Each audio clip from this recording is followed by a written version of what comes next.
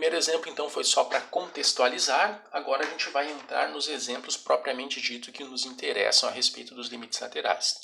Quando que a gente vai usar limites laterais? Essencialmente, são em duas situações. Os principais, tá? Vai ter mais caso depois, mas os principais para essa parte do nosso conteúdo é quando eu tiver uma função definida por várias sentenças envolvendo menor e maior, vai ser um caso, e quando eu tiver funções modulares. Então aqui nessa questão a gente tem uma função com x tendendo a com x menor do que 1, sendo 4 menos x, a função é 2 se o x for igual a 1 e x menos 2 se x for maior que 1. Então nessa situação que envolve cláusulas, envolve sentenças envolvendo maior e menor, a gente tende a usar limites laterais para resolver a questão.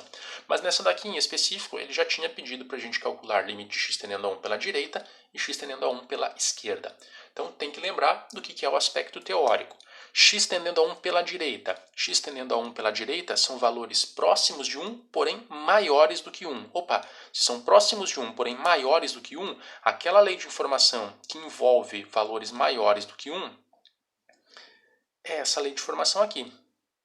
Então, quando eu falo em x tendendo a 1 pela direita, significa que eu tenho valores próximos de x, porém x maior do que 1. Então, eu estou falando da lei de formação da função x menos 2. É essa lei de formação que eu vou utilizar. Veja que não tem indeterminação, isso é só tendendo a 1, então vai ficar 1 menos 2, 1 menos 2 é menos 1. Essa é a resposta do limite da nossa função.